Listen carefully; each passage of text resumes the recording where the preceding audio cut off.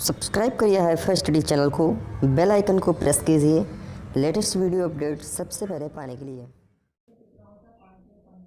नमस्कार दोस्तों, आप सभी का स्वागत है आपके अपने चैनल हाईफाई स्टडी में। दोस्तों आज की जो वीडियो है वो आपकी बहुत ज़्यादा इंपॉर्टेंट है। बहुत ज़्यादा इंपॉर्टेंट क्यों है? क्योंकि आज आपके लिए मैं लिंग, वचन और कारक तीनों टॉपिक आज इस वीडियो में कवर करूँगा।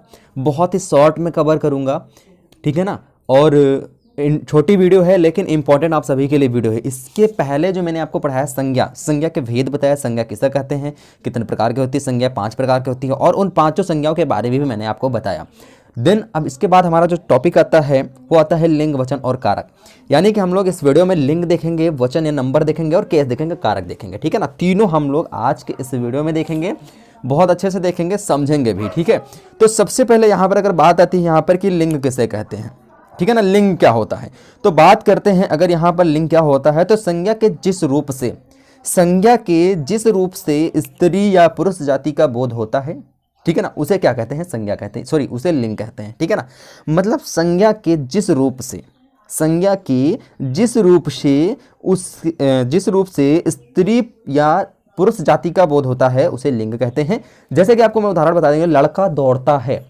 अब यहाँ पर संज्ञा के इस बोध से हमें प्रतीत हो रहा है कि ये लड़का दौड़ता है, मतलब क्या है, पुरुष है। बात करते हैं लड़की दौड़ती है, तो संज्ञा के इस रूप से प्रकट हो रहा है कि लड़की दौड़ती है, एक्चुअल में लड़की जो है वो स्त्री है, ठीक है ना, क्लियर हो गया। यानी कि संज्ञा के जिस रूप से, उसके रूप से स्त्री या पुरुष जाति का बोध होता है उसे क्या कहते हैं, लिंग कहते हैं। समझ में आ गया लिंग की परिभाषा। बात करते हैं कि लिंग कितने प्रकार की होती है, ठीक है ना, लिंग कितने प्रकार की होती है। तो लिंग के भेद जो होते हैं वो 2 प्रकार के होते हैं हिंदी, पुल्लिंग और स्त्रीलिंग। बात करते हैं पुल्लिंग की। पुल्लिंग क्या होता है, पुल्लिंग की बात करते हैं। यानी कि पुल्लिंग उसे कहते हैं, 2 प्रकार बताए गए हैं, ठीक है ना। पहले होते हैं यहाँ पर कि पुरुष जाति का बोध कराने वाली संज्ञा शब्दों को पुल्लिंग कहते हैं, ठीक है ना। याद कर लीजिएगा आप लोग, इसमें मैंने परिभाषा नहीं इंक्लूड किया है, ऐसे बता रहा हूँ, याद कर लीजिएगा आप लोग। पुल्लिंग किसे कहते हैं? यानी कि लिंग का अर्थ होता है, आपको पता है लिंग का अर्थ क्या होता है, ठीक है ना। जो पुरुष या स्त्री जाति का बोध कराए उसे लिंग कहते हैं। ये तो आपको लिंग का परिभाषा। पुल्लिंग किसे कहते हैं? तो पुरुष जाति का बोध कराने वाले संज्ञा शब्दों को पुल्लिंग कहते हैं। और इसी के अंतर्गत आ जाता है, जैसे आपका भी मैंने आपको उदाहरण बताया, लड़का दौड़ता है, ये पुल्लिंग के अंतर्गत आ जाता है। राम खाना खाता है, ये पुल्लिंग के अंतर्गत आ जाता है। यानी कि इसमें जो राम खाना खाता है, जी हाँ, अगर मैं आपको बता दूं यहाँ पर कि राम खाना खाता है, ठीक है ना, तो राम खाना, राम क्या है, एक प्रकार का ये लड़का है, मतलब पुल्लिंग का बोध हो रहा है। और वह पुरुष जाति का बोध कराने का कारण पुल्लिंग है, मतलब राम क्या है, वो जाति का बोध करा रहा है, लड़की का बोध करा रहा है। राम किसी लड़की का नाम नहीं होता है, राम किसी लड़के का नाम होता है। तो यहाँ पर दोस्तों क्या हो जाएगा, पुल्लिंग हो जाएगा, क्योंकि वो एक जाति का बोध करा रहा है, एक नर का बोध करा रहा है, एक पुरुष का बोध करा रहा है, एक लड़की का बोध करा रहा है, कौन, राम। क्लियर। बात करते हैं यहाँ पर स्त्रीलिंग की। स्त्रीलिंग, ठीक है ना। स्त्रीलिंग क्या होता है? स्त्रीलिंग मतलब कि स्त्री जाति का बोध कराने वाले संज्ञा शब्दों को क्या कहते हैं, स्त्रीलिंग कहते हैं।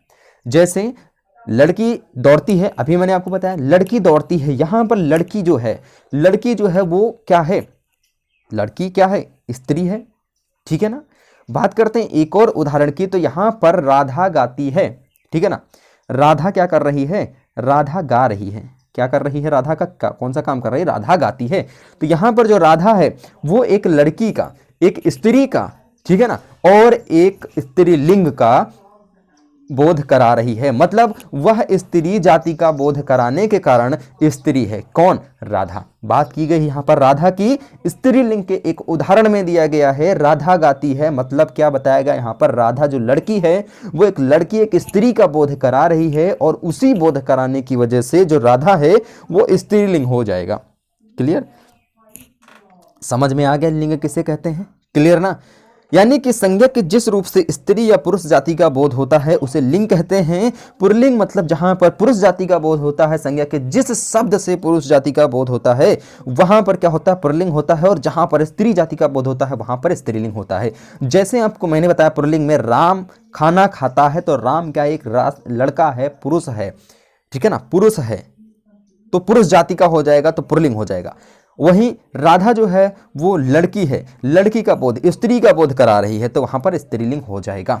आगे बात करते हैं वचन की। चलिए समझ में आ रहा ना, तुरंत बताएंगे आप लोग सभी साथी, समझ में आएगा तो बताएंगे जरूर से जरूर। बात करते हैं यहाँ पर वचन किसे कहते हैं। जी हाँ, वचन क्या है, वचन किसे कहते हैं, यानी शब्द के जिस रूप से किसी वस्तु के एक अथवा अनेक होने का बोध होता है उसे वचन कहते हैं। संज्ञा अथवा सर्वनाम के जिस रूप से एक या एक से अधिक का बोध होने, ये मैं आपको अपने साइड से परिभाषा बता रहा हूं कि संज्ञा अथवा सर्वनाम के जिस रूप से एक या एक से अधिक का बोध होता है उसे वचन कहते हैं। हिंदी में वचन केवल दो होते हैं, सिंगुलर प्लूरल, जिसे हम एक वचन और बहुवचन कहते हैं। क्लियर। बात करते हैं यहाँ पर जो एक वचन और बहुवचन हैं इनको हम समझेंगे अच्छे से। सबसे पहले अगर हम यहाँ पर बात करते हैं दोस्तों कि एक वचन क्या होता है, ठीक है ना, यानी कि शब्द के जिस रूप से केवल एक का बोध होता है उसे एक वचन कहते हैं। शब्द के जिस रूप से एक का बोध होता है उसे एक वचन कहते हैं। कहने का मतलब समझ लीजिए, उदाहरण समझ लीजिए, बालक पढ़ता है, यहां पर क्या है, एक बालक का बोध हो रहा है, मतलब एक की ओर संकेत कर रहा है कि वहां पर जो बालक पढ़ रहा है वो एक ही पढ़ रहा है, बालक पढ़ता है। बालिका खेलती है, बालिका मतलब एक बालिका खेलती है, बालिकाएं नहीं यहां पर कहा गया, सिर्फ और सिर्फ कहा गया है बालिका खेलती है। घोड़ा दौड़ता है, घोड़ा मतलब एक घोड़े की बात की गई है, एक का बोध किया गया है तो यहां पर एक वचन हो जाएगा। समझ में आ रहा है ना। बात करते हैं यहां पर बहुवचन की। जी हाँ, बहुवचन की। तो बहुवचन क्या है, यानी कि यहाँ पर बहुवचन शब्द के जिस रूप से एक से अधिक का बोध होता है, शब्द के जिस रूप से मतलब कैसा रूप है उस शब्द का, वहां से क्या प्रतीत हो रहा है कि एक या एक से अधिक का बोध हो, मतलब वहां पर एक या एक से अधिक का बोध हो, वहां पर बहुवचन होता है। जैसे मैंने अभी आपको बताया था कि बालक पढ़ता है, अगर बात करते हैं यहाँ पर कि बालक पढ़ते हैं, मतलब एक बालक नहीं पूरी क्लास है, वहां पर बालक पढ़ते हैं, सभी बालक पढ़ते हैं। क्लियर। तो वहां पर मतलब बालक पढ़ते हैं मतलब कई सारे बालक हैं। बालिकाएं खेलती हैं, अभी मैंने आपको बताया था कि बालिका खेलती है, एक वचन हो गया, बालिकाएं खेलती हैं बहुवचन की साइड चला जाएगा। क्लियर। बालिकाएं खेलती हैं। घोड़े दौड़ते हैं, यानी अभी मैंने ऊपर एक वचन में बताया था आपको कि घोड़ा दौड़ता है, और बात करते हैं यहाँ पर अगर बहुवचन की तो बहुवचन में क्या हो जाएगा साथियों, यहाँ पर बहुवचन में हो जाएगा कि घोड़े दौड़ते हैं। ठीक है ना, यानी यहां पर बालक बालिकाएं और घोड़े बहुवचन है क्योंकि इनमें एक से अधिक का बोध हो रहा है। समझ में आ रहा ना। बात करते हैं आगे जो कि हमारा है केस कारक किसे कहते हैं। समझ में आ गया ना। लिंग और वचन दोनों आपके समझ में आ गए। फालतू का कुछ भी आपको नहीं पढ़ना है, कहीं भी आपको झंझट नहीं लेना है, कहीं पर आपको प्रेशर नहीं देना है, कहीं पर आपको दिमाग नहीं लड़ाना है। सिंपल सी परिभाषा और सिंबल से हमें समझना है बस। ठीक है, चलिए आगे बात करते हैं कारक की।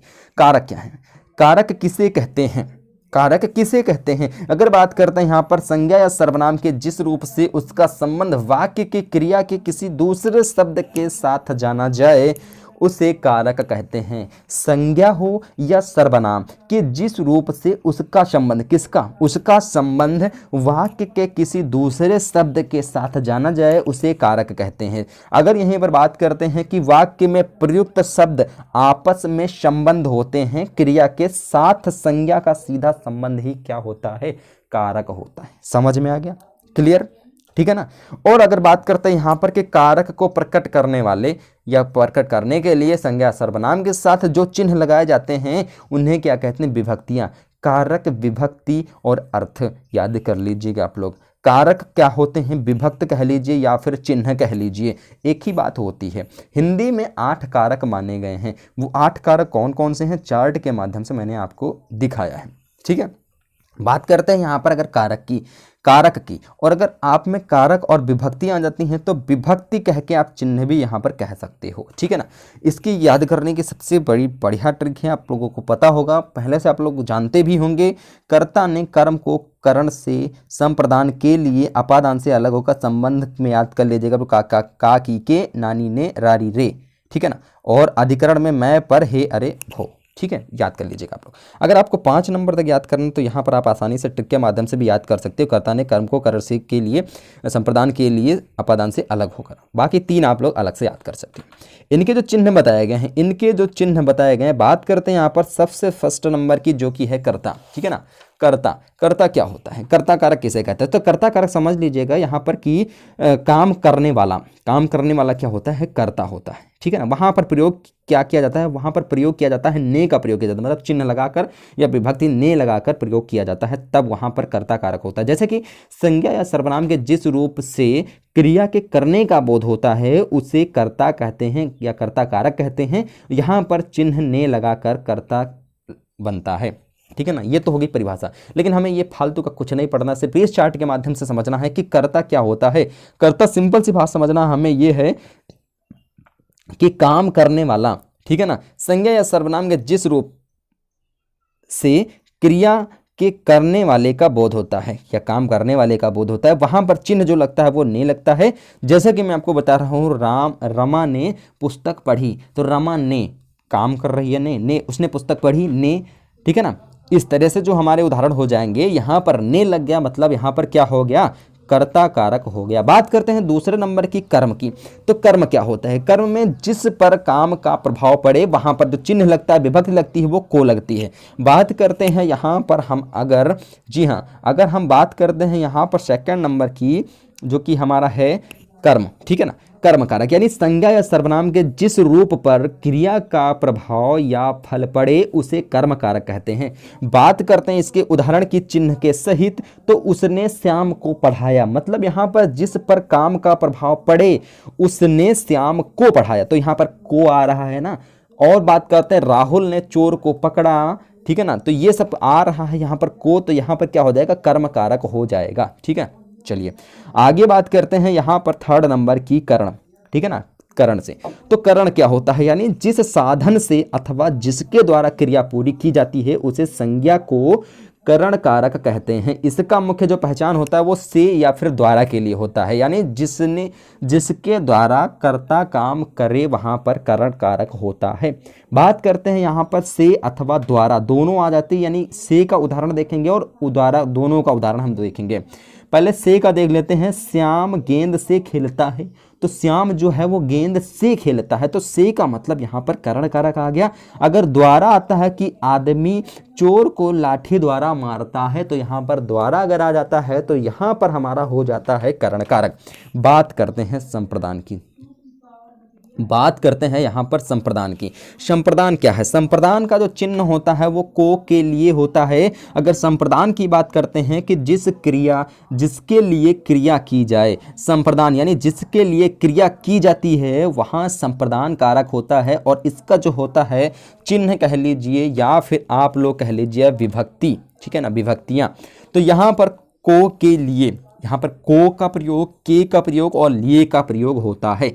बात करते हैं यहाँ पर के लिए, के का प्रयोग यानी कमल मोहन के लिए गेंद लाता है, तो यहाँ पर के का प्रयोग हुआ, इस वजह से यहाँ पर संप्रदान कारक हो जाएगा, ठीक है। चलिए आगे बात करते हैं, आगे बात करते हैं यहाँ पर के लिए भी आ गया, और बात करते हैं यहाँ पर को के लिए। तो को यानी माँ बच्चे को मिठाई देती है, तो को भी आ गया और के लिए भी आ गया, दोनों आ जाते हैं, तो वहाँ पर संप्रदान हो जाएगा। आगे बात करते हैं अपादान की, ठीक है।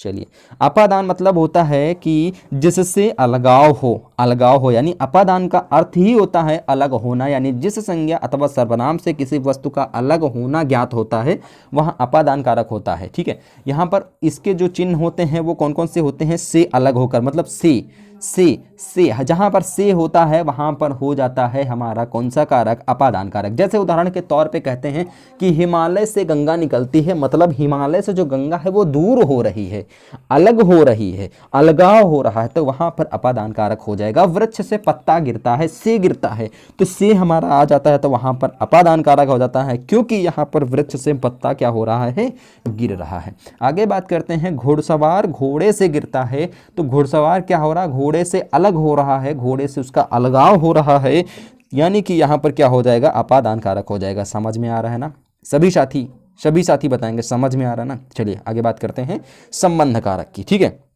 आगे बात करते हैं यहाँ पर संबंध कारक की।